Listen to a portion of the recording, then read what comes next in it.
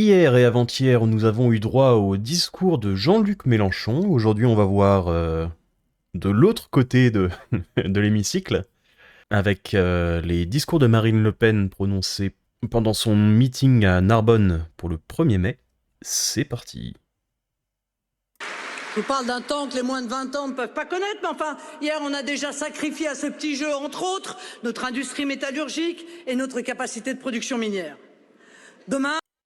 Alors malheureusement, l'extrait est coupé un peu court, mais si on se réfère à ce qui est dit dans le tweet, j'imagine qu'elle dit que la raison principale de l'échec de notre industrie, donc apparemment en particulier l'automobile, c'est dû au libre-échange. Et pour ne pas vous surprendre, je ne suis pas d'accord avec ça. En tout cas, sur le fait que c'est la raison principale. Pour tout ce qui est industrie productrice et construction BTP, tout ça, quand on compare la France à l'Allemagne, c'est assez catastrophique. Puisque du coup, depuis la vidéo de hier ou d'avant-hier, je sais plus, j'ai regardé le chiffre du pourcentage de PIB de l'industrie en France. Et du coup, donc l'industrie productrice prend environ 10%, et la construction prend 5-6%. Donc en tout, attention, addition très compliquée, on est à 15-16%. En comparaison, l'Allemagne est à peu près 30%, 25 et 5. Ce qui était le chiffre qu'on avait en 1960. Alors, évidemment, je suis pas complètement con non plus, forcément que pour certaines industries, la délocalisation, ça reste entre guillemets la meilleure solution. Quel que soit l'état de la fiscalité en France, il y aurait des entreprises qui seraient délocalisées. Forcément. Notamment celles qui demandent le moins de qualification. C'est sûr à 100%. Mais pour ce qui est de l'industrie automobile, comme on peut voir en Allemagne, qui construit aussi des Tesla par exemple, ça n'est pas le cas. Ce qui a vraiment tué l'industrie automobile en France, c'est la fiscalité et le coût du travail par heure travaillée, combiné au libre-échange. C'est ça que je veux dire quand je dis que la France fait tout ce qu'elle peut pour être le grand perdant du libre-échange. C'est qu'en termes de production, les coûts sont délirants, et qu'en plus on s'approprie une grosse partie des bénéfices faits par les entreprises. Et ça, dans le cadre du libre-échange, forcément que les entreprises vont se barrer. Donc si on veut réindustrialiser la France, ce qu'il faut faire, c'est jouer sur les facteurs sur lesquels on peut jouer.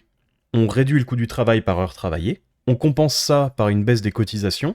Si par exemple on passe à 39 heures de travail, ce qui est une augmentation de 11,5% environ, pouvoir compenser aussi le salaire de environ 11,5%. Pas forcément intégralement, d'un coup, mais passer par là.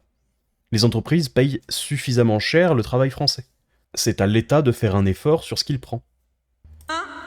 Grâce à la folie libre-échangiste de l'Union européenne, ce sont les voitures électriques chinoises gavées de subventions publiques qui, évidemment, achèveront de tuer notre industrie automobile. C'est en effet, vous vous souvenez, la Commission qui a décidé, avec la bénédiction d'Emmanuel Macron, d'interdire la vente de voitures thermiques neuves à partir de 2035 dans le cadre du si mal nommé Green Deal. Donc déjà, j'avais vu juste sur ma prédiction que Madame Le Pen estime que c'est le libre-échangisme qui a tué l'industrie automobile. Et pour le coup, je suis d'accord que la réglementation bidon pour empêcher la vente de véhicules neufs thermiques, c'est complètement con. Surtout quand les voitures électriques coûtent toujours aussi cher. Parce que ça favorise pas spécialement les gens les moins aisés. Ça favorise pas grand monde à part Tesla d'ailleurs. Véritable manifeste de l'écologie punitive incarnée par la technocratie bruxelloise. Je vous rappelle qu'avant cette décision, il n'y a eu aucune étude d'impact. Rien. Nada. Ça, j'avoue, je suis pas au courant de s'il y a eu une étude d'impact ou non. Mais bon, alors déjà, si c'est le cas, c'est un peu honteux. Parce que quitte à mettre une réglementation, autant qu'on soit au moins sûr que ça serve à quelque chose. Mais même sans étude d'impact, je peux vous assurer que l'impact sera absolument terrible. Pour les ménages les moins aisés, en tout cas. Et éventuellement l'industrie automobile française si elle s'adapte pas. Assez vite. Ce que je vous dis là, d'ailleurs, s'applique à d'autres secteurs, vous le savez bien. Et j'en veux pour preuve la honteuse signature par Madame von der Leyen du Mercosur. Malgré l'opposition de la représentation nationale. Donc à cause de la folie normative et libre-échangiste, notre agriculture aussi est en voie de désintégration. Alors cette fois elle a parlé de la folie normative et du libre-échange, mais je sais pas si elle veut dire précisément les deux en même temps, ou si c'est d'un côté il y a ça et d'un côté il y a ça, donc séparément en fait ça ça aurait vraiment démoli l'agriculture française. Si c'est le premier, c'est étape très juste. Si c'est le deuxième, c'est... Bah, comme j'ai dit tout à l'heure, c'est pas complètement vrai. Mais il faut être honnête, c'est aussi à Paris que se sont construites ces politiques toxiques pour notre tissu économique. Plusieurs analyses indépendantes indiquent que l'ensemble des surtranspositions de directives européennes ou d'ailleurs de normes franco-françaises outrancières entraînent une perte de PIB comprise entre 3 et 4 points, soit plus de 100 milliards d'euros de richesse que nous nous interdisons de créer. Et ouais, qui l'eût cru, quand on empêche les entreprises de créer du profit, elles ne peuvent pas créer de profit. Waouh! Mais du coup, plus sérieusement, c'est vrai qu'on n'a pas du tout besoin de l'Europe pour se pourrir la vie tout seul. En 2023, on a eu quasiment 10 000 nouvelles réglementations, qui est un chiffre tout à fait normal.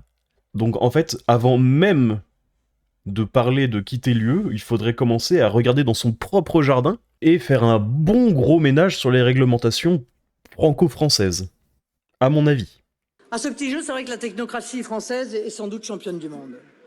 Et tant pis si le supplice réglementaire que nous faisons subir à nos acteurs économiques, agriculteurs, industriels, artisans, commerçants, se traduit par un appauvrissement collectif, par l'effondrement du pouvoir d'achat, par l'explosion de la dette publique et par voie de conséquence, la disparition progressive des services publics et l'explosion des impôts et des taxes. Alors puisqu'elle a parlé des deux, je vais faire un peu le lien entre l'appauvrissement et l'augmentation de la dette publique. Parce que, si vous avez vu ma vidéo sur la chaîne principale sur la dette, vous savez qu'il y a à peu près 50 milliards d'euros, on va dire tous les ans, mais en fait ça va augmenter l'année prochaine, qui sont utilisés purement pour rembourser la dette. Et si on s'endettait pour créer de la richesse, pour investir ou quoi que ce soit, à la limite, pourquoi pas? Je suis pas fan, je ne suis pas keynésien, mais allez, pourquoi pas? Le problème, c'est qu'on utilise la dette pour payer des retraites et pour payer des comités emploi fictifs. Donc, ce qui se passe, c'est que plus la dette augmente, et elle augmente, plus le taux d'intérêt augmente, et ils augmentent, plus ce qu'on doit rembourser tous les ans augmente. Et je crois comme ça de tête que à peu près 50% de la dette sont dues à des entités étrangères, que ce soit des particuliers ou des entreprises ou quoi que ce soit, ou des banques. Donc en fait, ce qui se passe, c'est qu'on paye des intérêts qui sont en grande partie dus à l'étranger, et donc une partie non négligeable des richesses qui sont créées en France est ensuite renvoyé à l'étranger. Et donc ça, c'est vrai pour les intérêts et pour la dette. Donc on a une dette d'environ 115% du PIB, donc 58% de notre PIB appartient à l'étranger. Voilà la situation de ceux qui travaillent, de ceux qui entreprennent aujourd'hui en France.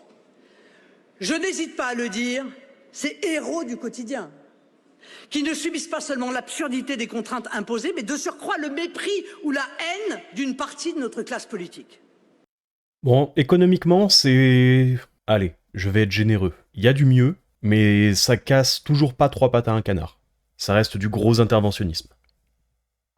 Comme d'habitude, si la vidéo t'a plu, le like, le commentaire, blablabla, la chaîne principale, blablabla, abonne-toi pour ne rien manquer.